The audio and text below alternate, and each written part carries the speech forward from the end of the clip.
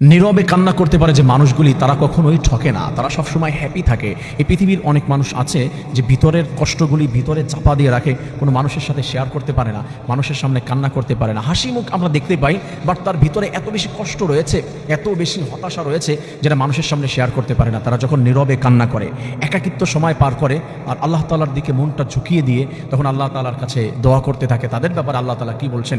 যাকারাল্লাহু খালিয়ান ফাসামাত আইনাহু, যে বান্দাগুলি তাদের অশ্রু ঝরায় নীরবে আল্লাহ তাআলার দিকে মনটা ঝুঁকিয়ে দিয়ে জিকির করে, আল্লাহ তাআলার নাম জপতে থাকে। তাকে কষ্ট দিয়েছে, তাকে সারা দুনিয়ার সব কিছু লস করে দিয়েছে, কথা দিয়ে কথা রাখে নাই, চলে গিয়েছে, হতাশাগ্রস্ত জীবনের ভিতরে ফেলে দিয়েছে, সারখার করে দিয়েছে, জীবনটা চিট করেছে তার সঙ্গে এত বেশি খারাপ বিহেভ করেছে, নিতে পারে না। আল্লাহ তাআলা বলে, বান্দারে আমার কাছে দুটি হাত উঠিয়ে দিয়েছো আর মনে মনে তুমি কান্না করেছো, নীরবে তুমি ঠকবে না।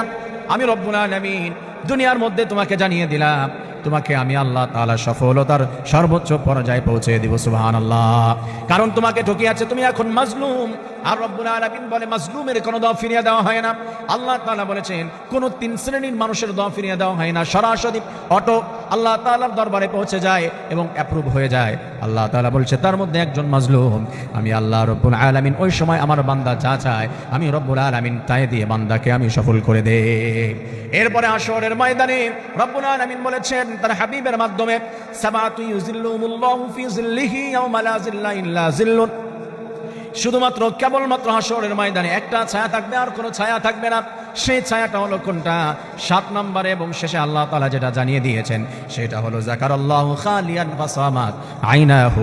আমার যেই বান্দা নীরবে চোখের পানি ছেড়ে আমার জিকির করে কান্না করবে, আমি আল্লাহ তাআলা হাশরের ময়দানে ওই আমার আরশের নিচে আমার বান্দাকে বসার জন্য সুযোগ করে দিব। সুবহানাল্লাহ। এদেরকে দুনিয়াতেও সফল হয়ে যায়, আখিরাতেও সফল হয়ে যায়। নীরবে কান্না করা মানুষগুলি, যারা কষ্ট শেয়ার করতে পারে না, মানুষকে বলতে পারে না, আল্লাহ রাব্বুল আলামিনের কাছে বলুন, প্রিয় বোন, প্রিয় ভাই, আপনাকে বলছি, মানুষের কাছে বলার প্রয়োজন নেই। কে শুনবে আপনার কথা, আর কি দিবে আপনাকে? সে রব্বুল আলামিনের কাছে বলেন, তার কাছে ব্যক্ত করেন, সে সব দিয়ে দিতে পারে। আল্লাহ রাব্বুল আলামিন নীরবে কান্না করা মানুষগুলি, মাজলুমগুলি, যাদের ভিতরে অনেক চাপা কষ্ট রয়েছে, আল্লাহ তাআলা এগুলো বুঝে প্রত্যেককে আপনি সফল বানিয়ে দিন। সুবহানাল্লাহ।